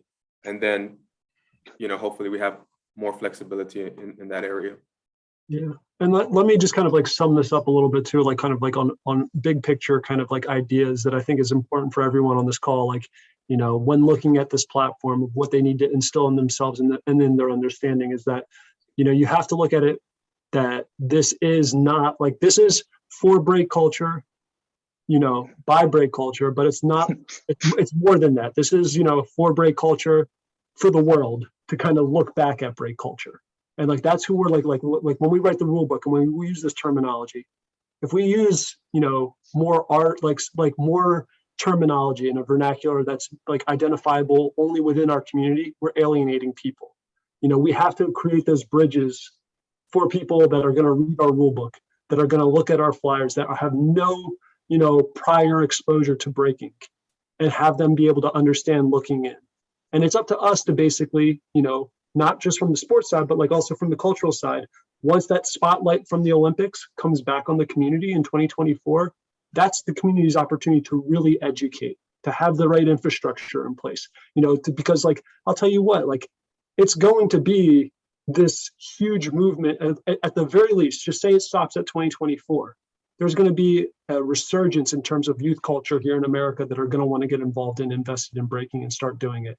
And the people that are going to see that are the studio owners, the people that are teachers, that are coaches, that are going to like basically, kind of guide the next generation. And that generation is going to be a big generation. We've seen this effect before, but we want it to have like a longer standing effect. So like, we have to look at like how we structure this and notice that and and understand that it's not just for like us break culture to feel good about ourselves and our cultural identity here, but we also have to create vehicles that bring in other people external to the community to get involved, to invest in this community.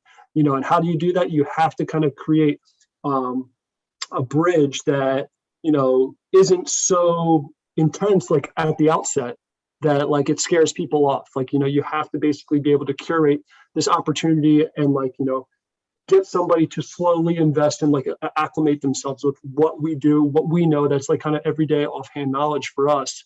And then you get them exposed to the culture and you see the value add to this. And like, I'll be totally transparent, like that cultural component is actually a huge selling point for Breaking's future beyond Paris 2024.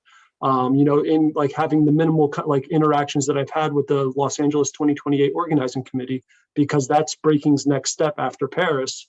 If it's looking to be an ongoing sport within the Olympics, is we have to win Los Angeles. We have to get its inclusion in Los Angeles. And they have organizational values that are focused on legacy, education, and culture. And, those are, compared to all the other sports that are vying to get in Los Angeles 2028, those are three that like Breaking kind of really has on lock that like, among other like values that they've pointed at, that can really basically make this an ongoing affair that like, you can't think short term of, the one-off of Paris 2024. Like, what effect does this have for the culture side of things? If we have the ongoing every 4 years, the Olympic spotlight on the sport of breaking, and then like what that does kind of like basically trickling back down into the community to help uplift the grassroots community aspect too. May I say something real quick, or I don't want to take up too much time? No, go ahead. I think this is actually like a really important conversation because this is probably what we will see publicly, a schism in the community of people like having hangups because of these very issues. So what I want to say is just that like I don't want my point to be misconstrued for more radical than what it is. Oh, no, it's not at all. I think it's more the principle. I think what we're talking about here is the principle, not saying that this is what Frankie thinks. Like, I think I totally get what you're saying, but I just want to make it like abundant. Yeah, no, this is how I feel, but I don't want it to be misconstrued as like something more radical, like somebody saying that breaking should not be considered a sport, period, or in the Olympics or whatever. That's not my opinion. More so, I'm just like, when I want to like hone in on like what I mean, for example, is like, because like I'm hearing like the talk of like the logos and everything, like 4 logos maximum, whatever. Like, I'm wondering if the expectation is for like b-boys to dress a certain way, like during battles or whatever. Like, do we have to look like, I don't know, like 4 circle logo t-shirts or whatever? Like, we have to look like that when we're in the Olympics or whatever? I'm just like, the way that we dress, like, can we dress like how we want, like at an Olympic battle? Like that type of thing, that type of like cultural thing, I think would speak like in a subtle way to like the type of people that the Olympics in general like wants to bring in. You know, like if I go up to a b-boy event like dressed like super cool, whatever, like I'm wondering like if that's allowable, or do I have to wear the logos that like, I don't know, that you guys say somebody has to wear, stuff like that. And when they go up, they say this athlete, you know, is doing this move. You know what I'm saying? Like that's kind of like what I mean. Like, can we bring that with us? Yeah, let me touch on that. Let me touch on that real quick. So, like, for one, read the rule book, because there's really like no restrictions within the domestic infrastructure of here in the United States. There's not really many restrictions that go like that are like intrusive beyond the capacity of like just making sure your butt and your chest are covered and such like that. Like, we aren't limiting the way people can dress, other than just making like common decency. But when it comes to like these more international platforms, there will be restrictions, but I'll tell you right now that there are brands that are looking to come in to kind of create like, very customized like brand lifestyling and like, really fly get-ups, like we've had these conversations already of people that are looking to get behind the athletes to make them look super fresh, on these stages. So like, and I would say that this doesn't just apply to like, what's going to happen on these stages. I would say that like, you could possibly see, these breaking kind of like get-ups and like this like fresh outfits that you see these Olympians wearing, like becoming publicly available to the public as well, like kind of stuff like that. Like, it's pretty exciting to kind of hear like the interest that's out there, but like, again, it's not to say it's guaranteed to happen, but the talks are already happening in 2022 about moving in that direction. As far as like sponsors, like, like that is kind of like you can opt in as an athlete, to do that on like within the domestic capacity here. And then like, I think it's in anyone that's like competing on the international side, it's in their best interest to go and acquire sponsors. But like we saw how Victor and like all these other guys were dressed at the WDSF World Championships. It's no different than how they show up at these other break-in events that are more cultural events. So like, I just don't want people to assume more that there's going to be more kind of like restrictions than there really is going to be as we move forward. As for the cultural side, I will say that there is an expectation, when it comes to the Olympics in 2024, is your b-boy name going to be up there on the mainstream broadcast? I can't say that's going to be the case.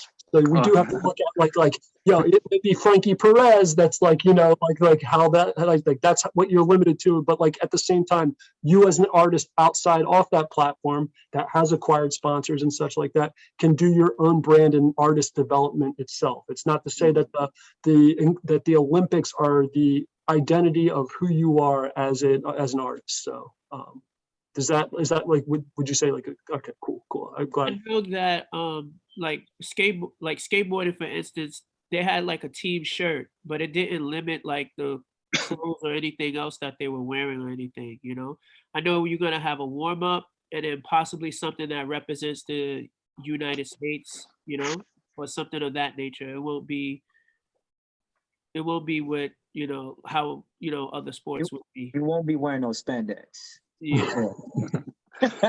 unless you want to. Yeah, unless you want to, then you can. I don't want to skip over other people, but I think Kev probably has something to add to this. So Kev, if it's something that you want to add to this topic, I'd say go ahead. Why everybody showing their face now? Hi, Pep. How you doing, Pep? Yeah, Frankie, just to say that in the Youth Olympic Games, at least, people were actually referred to by their dance names. So it may actually be, I don't know, choose somebody, Jamal Nemesis Warren or something like that. So you probably, we'll be able to sneak your names in there because we do have some kind of leverage when it comes to how bad they want us and what we can get away with. Yeah, Do you know what I mean? And for things that are cultural like that, we do fight for it.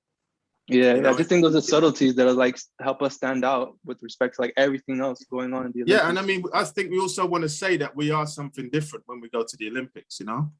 Exactly. In terms of what you wear, you can wear what you want, but if, for example, Nike is sponsoring the US team, they may want you to wear Nike, but you just have to go to the outlet store and choose what you want. Oh, Stick some letters on there or whatever. Up in there. Yeah, you're in a room of Americans, Kev. It's Nike. Yeah, sorry, Nike rhymes with like and bike, but yeah, like there's gonna be some flexibility, do you know? They're not gonna force you to wear anything or anything like that. There's this rule 50 where logos can't be over a certain size. But in general, you can wear what you want, except if your sponsor says you must wear something, I guess. You know, so we are going to fight for these things, and there's going to be some back and forth until we find where the balance point is. But it's not going to be just a case of they get to call us what they want and refer to us as they want and all this kind of stuff. It's definitely not going to be that, you know? So yeah, that's it. Thank you. All right, y'all. I think Michi has a question as well. All right. Yeah, I think because I was just going over the rule book, and I guess I just have this question just in general. When it comes to violations, are you guys only counting violations from the time that they are become a member, or anything? Say somebody reports somebody that tends to get into fights outside of jams. Open investigation right away. Yeah, Okay. like they could be put on, you know, basically a suspension right away. As soon as a claim comes in, we have to open up this process. Like, you know, we have to conduct it on our own. It changes a little bit once we get NGB status, but like it's the same kind of application applies where there will be a suspension investigation done. And, you know, there will have to be a resolution to come before like kind of any reinstatement, you know, basically towards active membership happens. You know, is put in place, or there like, you know, could be like a permanent suspension, like there's like variety, but like essentially, yeah, like if there's any, you know, kind of like filing, you know, or like complaint or like, you know, just notice that is made, like it opens up an investigation right away. So. Okay, yeah, I just wanted to know because I know with safe sport and things like that, sometimes you can get, you know, reports from something that maybe 5 years ago. Yep, absolutely. Yep, we're very well aware of you know, everything that of how it can work on that end, and you know, we are very much invested in safe sport, and we have to make sure that everything is upheld from, you know, their protocol. So, Zach, could we talk about how like we really can't do anything outside of USA Dance Breaking for Goal USA? Like anything that is investigated and has to be done, any issues or any problems and things like that, you have to be a member of the organization. well, yeah, I mean, like any complaints are filed would have to be about a member of the organization, like somebody that signs up or something like that. And that's like, you know, we can't, if they're not a member and somebody wants to report somebody that's not a member, it's not within our jurisdiction, you know, to basically go and, you know, do some kind of investigation on somebody that's like, you know, in the cultural side of the community, like even though we're all part of the cultural community here, you know, that's just not within our purview. So, Steve, did you have another question? Yeah, I do. This is to change the subject completely, unfortunately. My question is based on the World Championships. I believe that I read that all finalists will receive their scores per judge, so you will be able to see like the way each judge scored you. Now, based on those judging, will a final call be questionable? Like, if can a competitor question a judge's final call in the World Finals and challenge the decision based upon the criteria or the evidence that is being provided? Because, for example, I'm aware that on the Trivium system there is a bite button. So, can a competitor challenge that and be like, well, that's not a bite, versus a judge who's like, well, that is a bite, seeing as a bite will affect your overall scoring. Right. Kev could take that probably that one. But I know that other organizations, when you usually do challenge a judge or a call, it usually costs, but you probably some give the money back if if they found at fault, and some probably don't. But I guess what I'm asking is it possible for a decision to be overturned in the future, depending on the evidence being provided?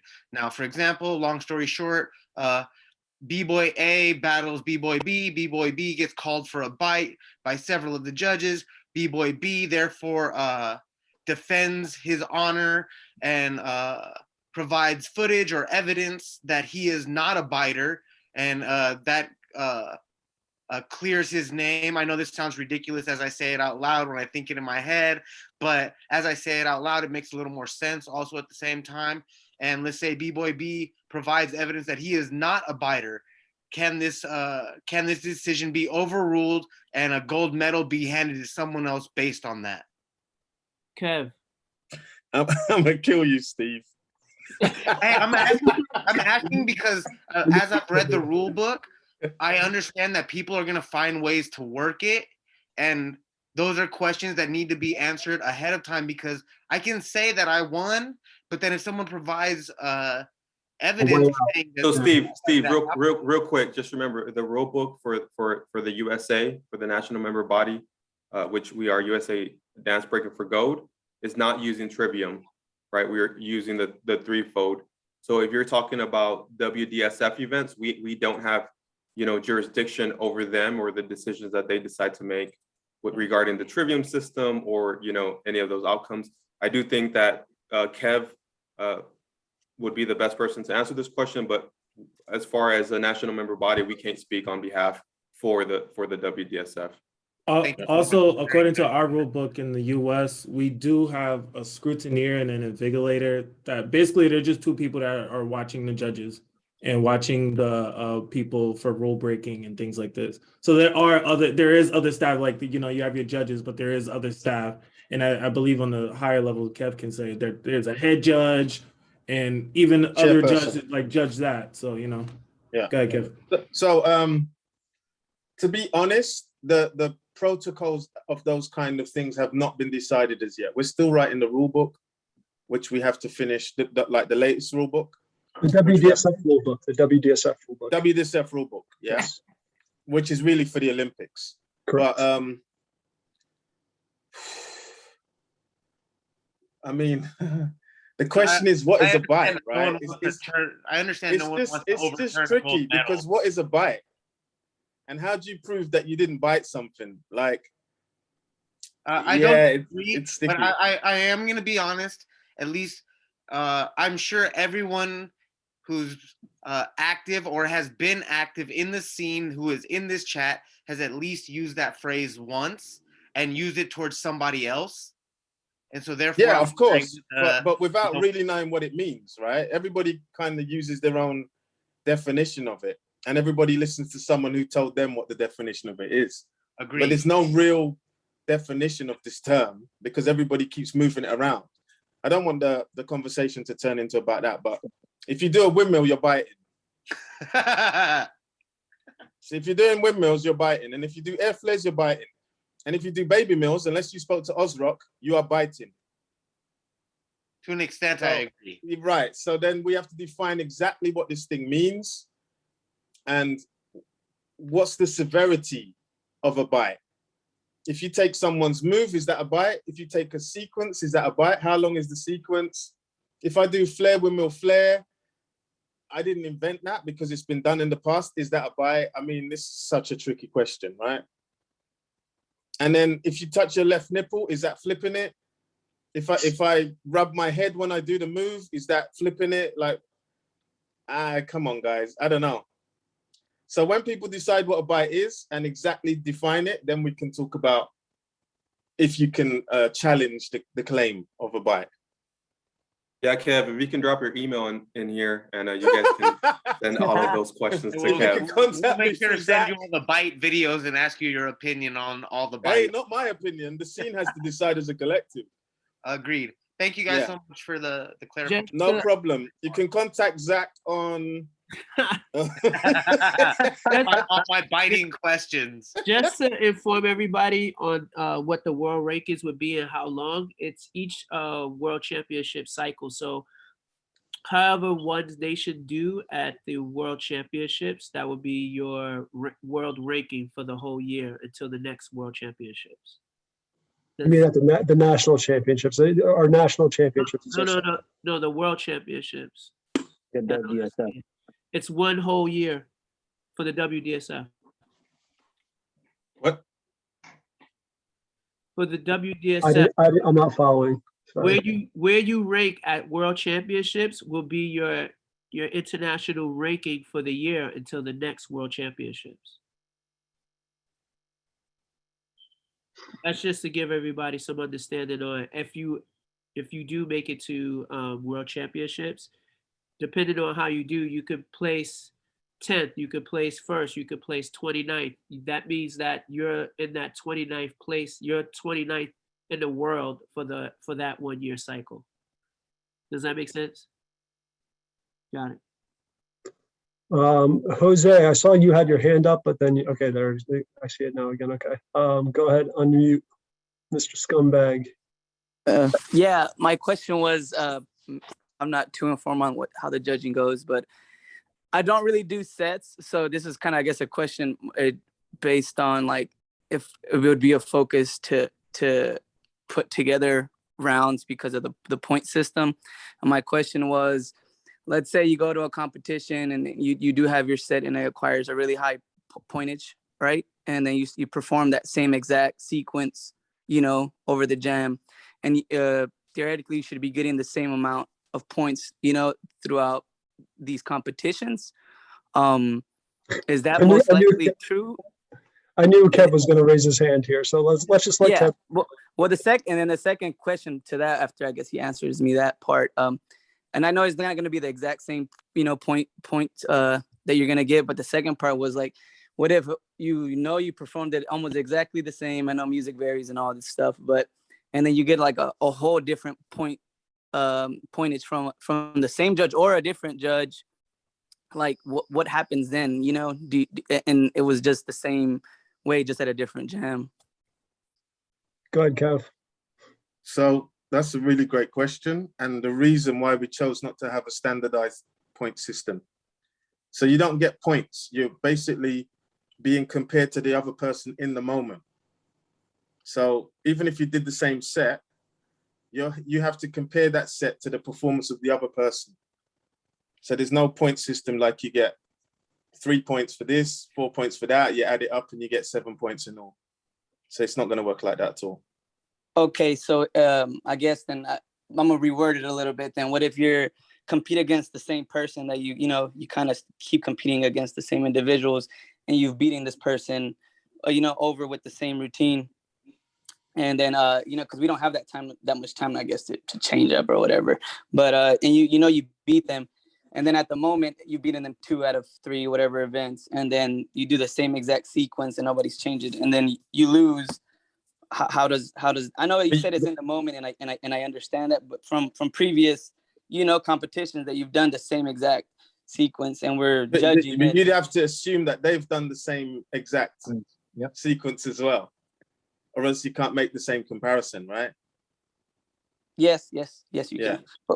And Jose, just to clarify too, that like within this system as well, like the system doesn't favor sets or freestyle or anything like that. It makes no kind of like there's no bias that's built in on like how that is. It's an evaluation of what's done in that moment against what the other dancer does in that moment as well.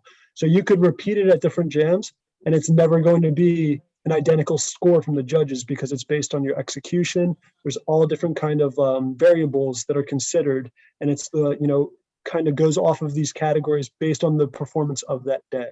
So you're never going to get, even if you repeated the same thing, or like each of you repeated your rounds verbatim like 100 times in a row, based on how they matched up in terms of the performance and execution of that round, it's never going to be like a like for like compared to the last time you guys did it as well. So I suggest everybody, if you are going to be a competitor this year, next year, and so on, you should really get familiar with the threefold. and at some point the Trivium. These congresses you should be signing up for to really understand, because that's one of your major keys in your pathway to winning. Mostly all athletes or dancers who are, competitors on all levels and they want to win, they understand how they're being judged most of the time. So I suggest when these congresses come up, you guys get yourselves familiar with it. That way you understand what's happening, how you're being judged, and what you need to do to win. Yeah, but just as an example, and I think I alluded to this earlier, but the system works based on your understanding and how you understand it. And I'll use Morris as an example. Morris battled a guy that does sets. He very much does sequences and sets. Amir, he battled him at the WDSF World Championships. Morris's understanding of the system allowed him to adapt how to approach that battle to basically capitalize on his strengths and expose Amir's weaknesses within the system. And that understanding allowed him to basically tie, they literally tied their battle, and Amir only prevailed because of him getting a few more votes in other battles, with how the qualifications go by. He was the only one that beat him that day too, because of that. Up until that point, Amir was basically no one had stolen around from him in these major competitions, and Morris did that on this occasion. And really Morris even said it after the battle. He's like, man, I reverted back to I got too caught up in the height, and I diverted from what our game plan was in these later rounds in the battle, and I played more into his game than to my game. And I knew it right away. So it was just if the more you understand and know this system, the more you're going to be able to exploit, I won't say the system, but you're going to see how you can navigate in these battles and in these round for round comparisons a lot better than you previously have imagined how these round for round comparisons are made by judges, before. So. No, it sounds good. I just wanted to make sure I didn't have to do a bunch of sets.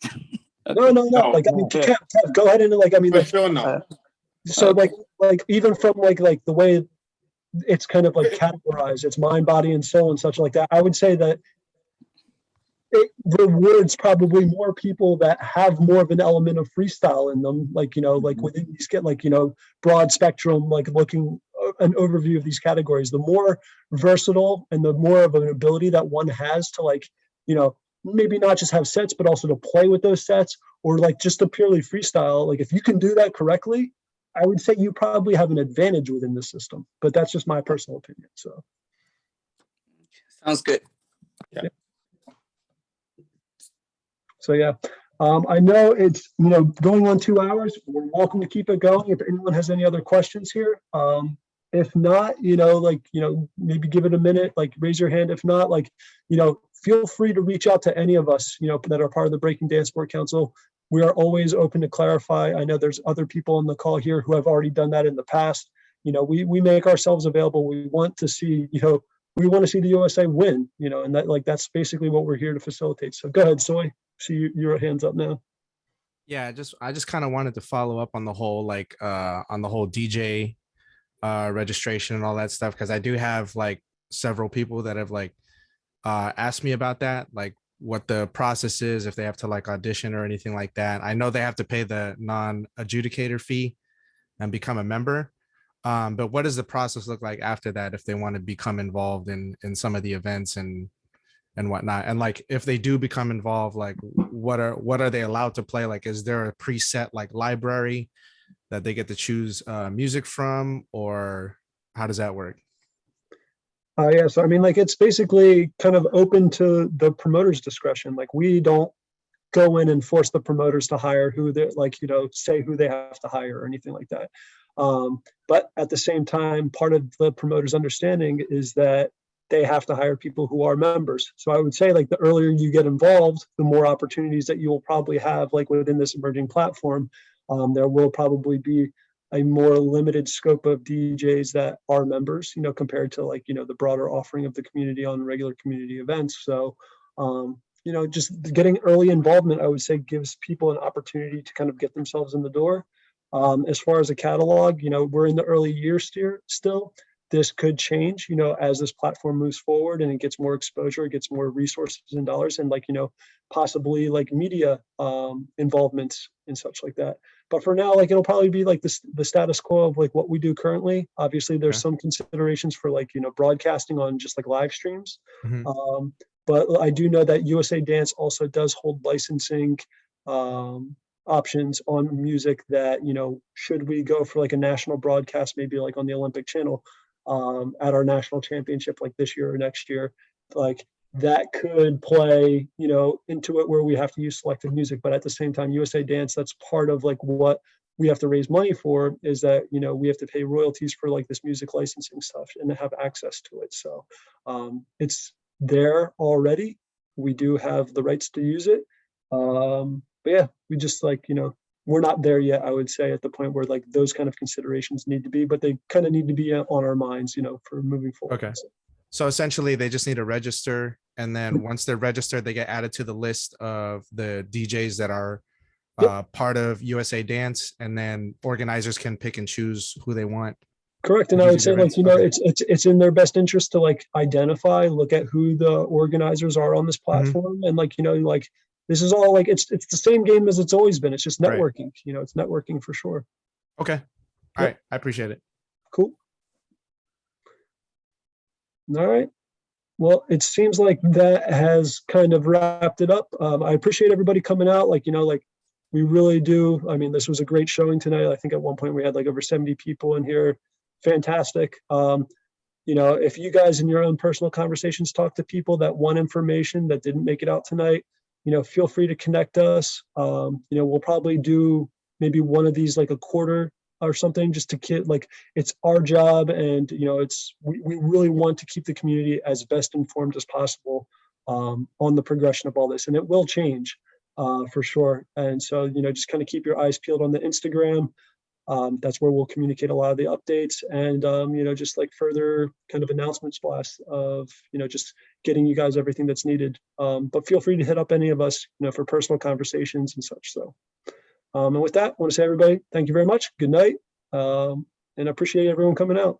So thank you. Thank you, y'all. Peace. Yeah. Thank you, everybody. Take care. Thank you. Reach out if you need anything. We're here for y'all. Thank you.